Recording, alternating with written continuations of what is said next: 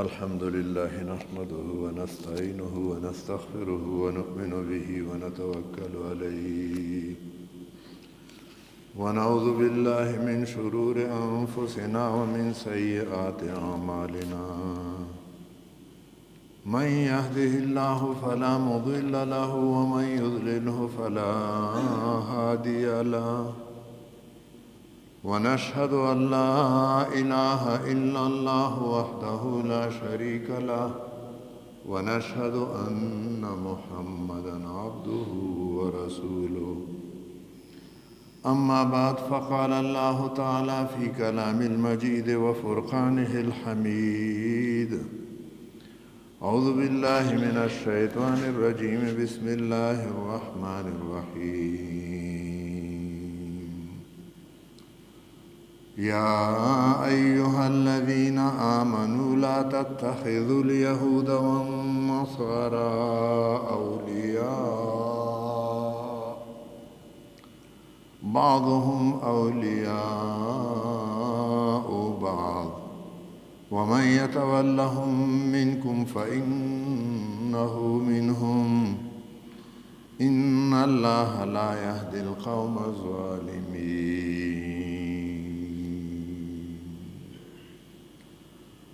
صدق الله مولانا العظيم وبلغنا رسوله النبي الكريم ونحن على ذلك من الشاهدين والشاكرين والحمد لله رب العالمين إن الله وملائكته يصلون على النبي يا أيها الذين آمنوا صلوا عليه وسلموا تسليما اللهم صل على محمد وعلى آل محمد كما صليت على إبراهيم وعلى آل إبراهيم إنك حميد مجيد وبارك وسلم عليه السلام عليكم ورحمة الله وبركاته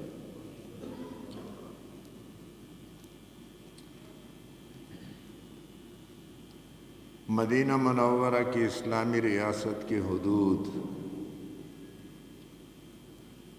سرزمین عربستان کے ایک غالب حصے پہ چھا گئے تھے۔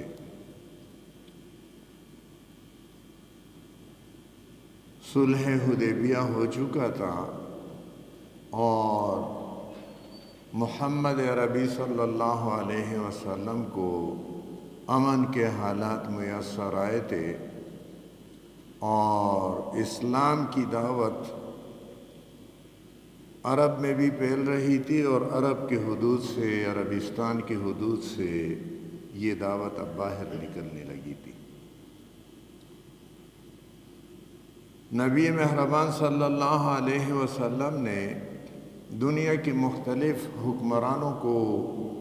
خطوط لکھ کے، مکتوبات لکھ کے اور ان میں ان کو اسلام کی دعوت دی، ان کو یہ لکھ دیا کہ اسلام لے آؤ سلامتی پاؤ گے، دنیا اور آخرت کی سلامتی کا راستہ یہی ہے۔ لیکن شرک کا بھی ابھی مکمل استحصال نہیں ہوا تھا۔ مکہ معظمہ مشرکین قریش کے ہاتھ میں تھا اور عربستان کا ایک علاقہ ایسا تھا کہ جس پہ ابھی مشرکوں کا قبضہ تھا اور یہود کے قبضے میں بھی کچھ علاقے تھے اور اسی دور میں وہ علاقے ان سے چھین لیے گئے تھے۔ اللہ نے ان حالات میں مومنین کو یہ حکم ارشاد فرمایا، اے وہ لوگوں جو ایمان لائے ہو، یہود اور نصارہ کو اپنا دوست مت بناؤ، یہ آپس میں ایک دوسرے کے دوست ہیں، تمہارے یہ دوست نہیں ہو سکتے، اور تم میں سے جو ان کے ساتھ دوستی کرے گا وہ ان میں سے ہوگا، اور بے شک اللہ ظالم لوگوں کو ہدایت نہیں دیتا۔ آثار تو دکھائی دے رہے تھے کہ اب عربستان کا غالب نظام اسلام ہوگا، اللہ کا دین ہوگا، لیکن یہ بات ابھی مکمل طور پہ ثابت نہیں ہوئی تھی۔ مقابلے کی کیفیت ابھی چل رہی تھی،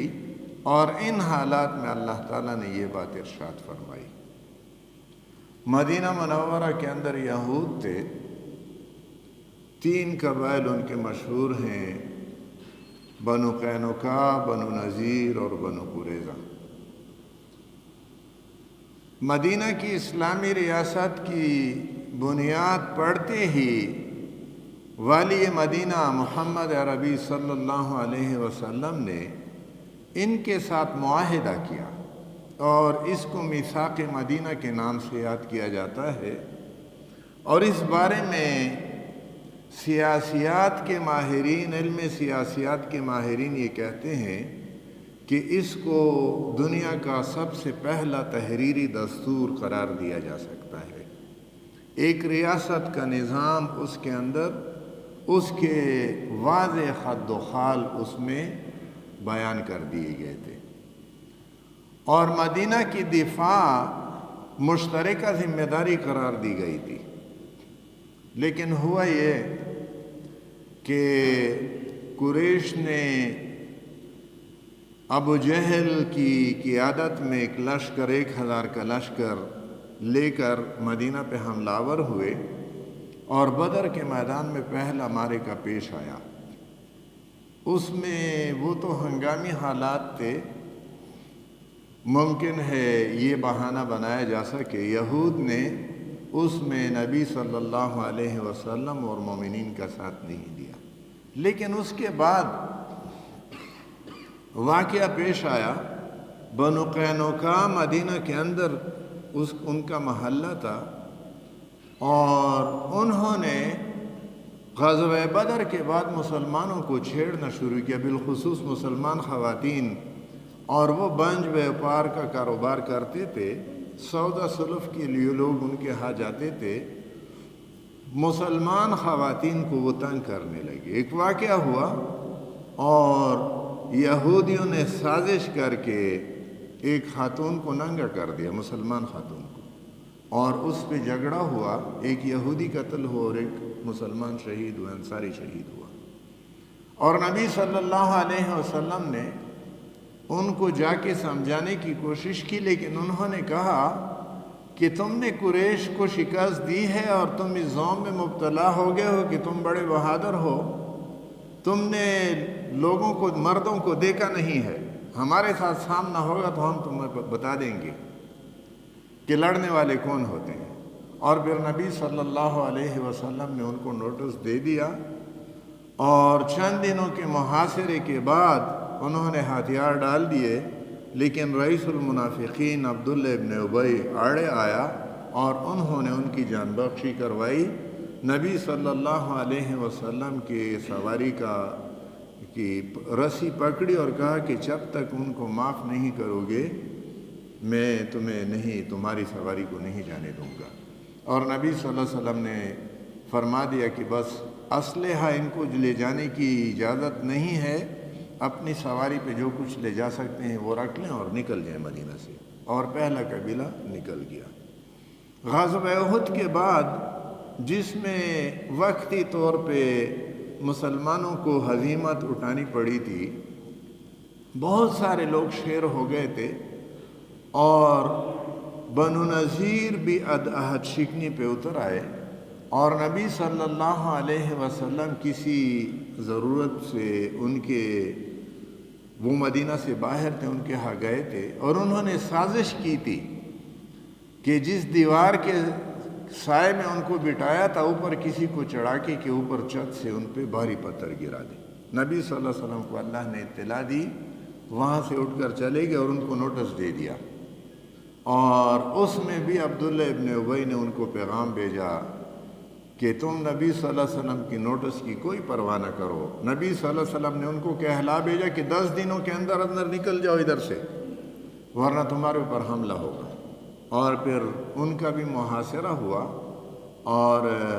چند ہفتوں کے محاصرے کے بعد انہوں نے بھی ہتھیار رکھ دیے،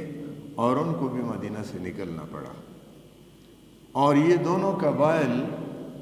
اکثریت ان کی خیبر میں جا کر بس گئی تھی۔ اور تیسرا قبیلہ وہ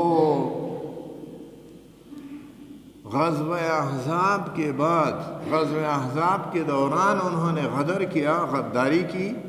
اور اس کے فوراً بعد جبریل امین آئے نبی صلی اللہ علیہ وسلم کے پاس، اور جب کفار کا لشکر 1 مہینے کے محاصرے کے بعد باغ کڑا ہوا، اللہ تعالیٰ نے ان پہ آندھی بھیج دی اور اپنے لشکر بھیج دیے، تو مسلمان صحابہ کرام تو ہتھیار کھول دیے تھے۔ انہوں نے جبریل امین مسلح آئے اور نبی صلی اللہ علیہ وسلم سے فرمایا کہ فرشتے تو ابھی تک ہتھیار بند ہیں اور بنو قریظہ کا معاملہ ختم نہیں ہوا، اور بنو قریظہ کو اس کے بعد پھر فیصلہ ہوا۔ انہوں نے خود کہہ دی 1 مہینے کی قلعہ بندی، 1 مہینے کے محاصرے کے بعد انہوں نے کہہ دیا کہ سعد بن معاذ رئیس الانصار اور اس کے رئیس جو بھی فیصلہ دیں گے ہمیں وہ قبول ہوگا۔ ان کا خیال تھا کہ یہ پرانے حلیف ہیں اور ان کے حق میں فیصلہ دیں گے، اور انہوں نے فیصلہ دے دیے کہ ان کے بالغ مردوں کو قتل کیا جائے اور بچوں اور عورتوں کو لونڈی اور غلام بنایا جائے۔ اس طرح یہ قبیلہ بھی ختم ہوا۔ لیکن ابھی خیبر، تیمہ، وادی القرا، فدق، ان علاقوں میں یہود بس رہے تھے، اور اس کے بعد ان کو بھی اسلامی قلمرو میں شامل کیا گیا اور ان کو ان کی زمینوں پہ کاشتکار کی حیثیت سے رہنے دیا گیا۔ یہ ان حالات میں اللہ تعالیٰ نے یہ بات ارشاد فرمائی تھی کہ یہود کے ساتھ دوستی نہ کرو۔ نصارہ، نجران میں ان کی بہت بڑی ریاست تھی، اور کچھ عرصہ بعد وہ خود نبی صلی اللہ علیہ وسلم کے پاس آئے سن 9 ہجری میں، اور نبی مہربان صلی اللہ علیہ وسلم کے ساتھ انہوں نے بحث کی، مناظرہ کیا۔ نبی صلی اللہ علیہ وسلم نے ان کے تمام کے سوالات کے جوابات دیے، اور اس کے بعد سورۃ آل عمران میں مباہلہ کے جو احکامات نازل ہوئے کہ کل میدان میں آپ بھی اور ہم اپنے ساتھ اپنے بچوں کو، اپنی خواتین کو لے کے نکلیں گے، اور آپ بھی آئیں۔ اللہ سے یہ دعا مانگیں گے کہ ہم میں سے جو بھی جھوٹا ہو اللہ کی لعنت اس پہ آ جائے، وہ تباہ و برباد ہو جائے۔ اور انہوں نے آپس میں مشورہ کر لیا، اور انہوں نے آپس میں یہ طے کیا، ایک دوسرے سے کہہ دیا کہ یہ حق نبی ہے اور مباہلے میں تم تباہ اور برباد ہو جاؤ گے، میدان میں نہ نکلو، اور درخواست کی کہ ہمیں اپنے دین پہ رہنے دیا جائے، اور جو بھی آپ کے شرائط ہیں ہم وہ قبول کرتے ہیں۔ اس لیے اس طرح ان سے جزیہ لے کے ان کو اپنے علاقے میں رہنے دیا گیا، اور وہ ذمی شہری، اسلامی ریاست کی ذمی شہریوں کی حیثیت سے رہنے لگے۔ یہود اور نصارہ کے بارے میں یہ اللہ تعالیٰ کا حکم تھا کہ اے وہ لوگوں جو ایمان لائے ہو، یہود اور نصارہ کو اپنا دوست نہ بناؤ، یہ آپس میں ایک دوسرے کے دوست ہیں، اور تم میں سے جو ان کو دوست بنائے گا وہ ان میں سے ہوگا، اور اللہ ظالم قوم کو، ظالم لوگوں کو ہدایت نہیں دیتا۔ یہ وہ سیاق و سباق اور تاریخی پس منظر تو میں نے بیان کر دیا، لیکن یہ حکم قیامت تک کے لیے ہے۔ مومنین کا کام یہ ہے کہ وہ اللہ کے دین، اللہ کے بندوں پہ، اللہ کے زمین پہ جاری کریں گے۔ اس وقت 50 سے زیادہ اسلامی ریاستیں دنیا میں موجود ہیں، اور آزاد اسلامی ریاستیں ہیں، ان کے حکمران بھی مسلمان ہیں، ان کی رعایا بھی مسلمان ہے، لیکن ان کے حکمران اللہ کے دین کے راستے میں بھی رکاوٹ بنے ہوئے ہیں، اللہ کا دین نہ اپنے اوپر جاری کر رہے ہیں اور نہ اللہ کی زمین پہ اللہ کے بندوں پہ جاری کر رہے ہیں، اور مسلمانوں کے مال کو، مسلمانوں کے دولت کو بھی انہوں نے شیر مادر سمجھا ہے، لوٹ رکھا ہے۔ اور قومی خزانہ یہ اپنے عیش و عشرت پہ لٹا رہے ہیں، محلات تعمیر کر رہے ہیں، عیش و عشرت کی زندگی گزار رہے ہیں، عوام آٹے کے لیے ترس رہے ہیں، اور ہمارا وزیر اعظم شہباز شریف اپنے لیے اور اپنی کابینہ کے لیے نئی گاڑیاں منگا رہا ہے، اور ایک ایک گاڑی کی قیمت کروڑوں میں ہے، اور اسے کوئی شرم و حیا نہیں ہے کہ ان حالات میں تھوڑی سی، یعنی یہ سختی بھی نہیں ہے، گاڑیاں تو ان کے پاس پہلے سے ہزاروں کی تعداد میں موجود ہیں، کسی نئی گاڑی کی ضرورت ہی نہیں ہے۔ وزارت خزانہ نے پرسوں بیان جاری کر دیا کہ ڈالر کی کمی ہے اور امپورٹ پاکستان میں نہیں آ رہا، اور امپورٹ میں کیا ہے، ان کے تعیشات کا سامان زیادہ سے زیادہ ہوگا اور ضرورت کا سامان نہیں ہوگا۔ ہمیں ان ڈالروں کی بھی کوئی ضرورت نہیں ہے، یہ ڈالر امریکہ اپنے گھر میں رکھ لے، یہ حکمران اپنے عیش و عشرت میں تھوڑی سی کمی لائیں، اور اگر ان کے عیش و عشرت، اور اس میں شہباز شریف ہو، عمران خان ہو، زرداری ہو، نواز شریف ہو، یہ سبھی شامل ہیں، سب ایک ہی تالی کے چٹے بٹے ہیں، یہ اگر اپنے عیش و عشرت میں تھوڑی سی کمی لائے، ہمیں ڈالروں کی کوئی ضرورت نہیں ہے، ہماری تمام ضروریات اس ملک کے اندر پوری ہو سکتی ہیں۔ گیس اس ملک کی پیداوار ہے، اور حکمران قومی اسمبلی اور سینٹ میں سوال کے جواب میں کہتے ہیں کہ کنویں کھودے گئے ہیں، ان کو کھیپ کیا گیا ہے، ان پہ پلگ لگا دیا گیا ہے، کیوں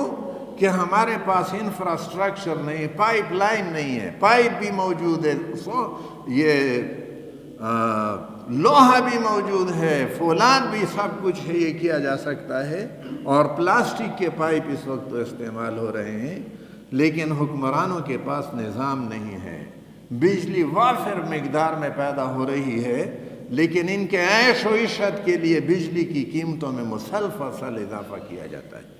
پن بجلی کی قیمت 1 یونٹ 1 روپے سے کم ہے، اور یہ 20 روپے سے زیادہ میں دے رہے ہیں، اور مزید قیمتیں بڑھانا چاہتے ہیں، لیکن ان کے عیش و عشرت کے لیے وہ ناکافی ہے۔ جاپان سے گاڑی آتی ہے،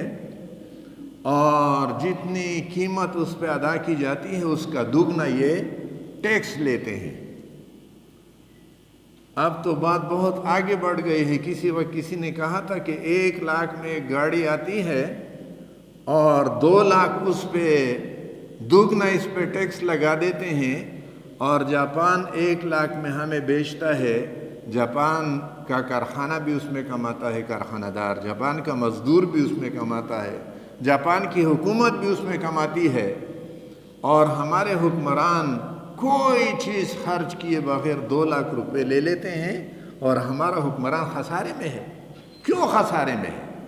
ان کی شراب خوریوں اور بدکاریوں کے لیے یہ ناکافی ہے، ان کے عیش و عشرت کے لیے یہ ناکافی ہے، ان کی ضروریات نہیں،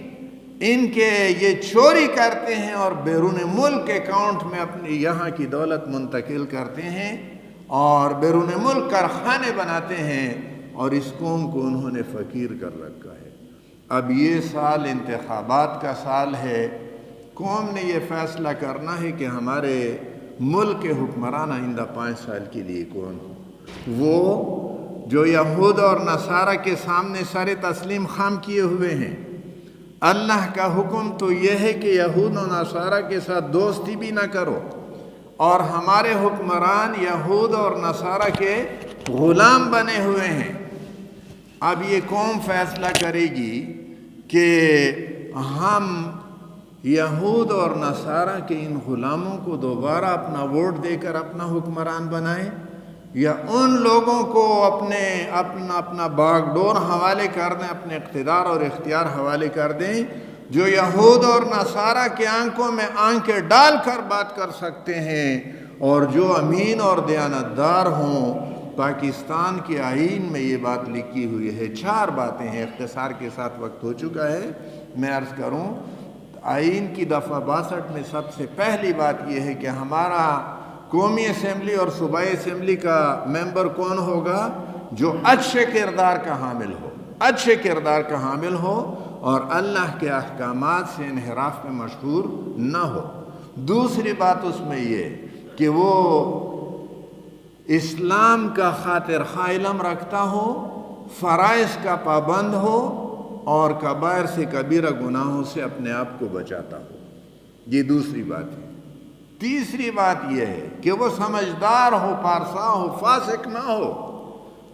امین ہو، ایماندار ہو اور کسی عدالت نے اس کو مجرم نہ قرار دیا ہو۔ اور آخری بات یہ کہ اس نے نظریہ پاکستان کے خلاف کام نہ کیا ہو، پاکستان کے خلاف اور پاکستان کی نظریے اسلام کے خلاف کام نہ کیا ہو۔ لیکن اس وقت ہمارے اسمبلیوں میں جو بیٹھے ہوئے ہیں ان میں اکثریت، غالب اکثریت 99% یہ اس کے خلاف ہیں، ہمارے ووٹوں سے وہاں پہنچ جاتے ہیں۔ اللہ کے احکامات کی خلاف ورزی کرنے والے، اللہ کی یہ ہدایات موجود ہیں۔ ان حکمرانوں کے لیے بھی ہے کہ یہود اور نصارہ کو اپنا دوست نہ بناؤ، یہ آپس میں ایک دوسرے کے دوست ہیں، جو ان کو دوست بنائے گا وہ ان میں سے ہوگا۔ اور اللہ تعالیٰ ظالموں کو ہدایت نہیں دیتا۔ اللہ سے دعا ہے کہ اللہ تعالیٰ ہمیں توفیق دے کہ اللہ کے مطیع فرمان بندوں کو ہم اسمبلیوں میں پہنچائیں، اقتدار میں لیں اور وہ اللہ کا کلام، اللہ کی کتاب اور اللہ کے نبی صلی اللہ علیہ وسلم کی سنت کو ہمارا نظام بنا دے۔ وآخر دعوانا الحمد للہ رب العالمین۔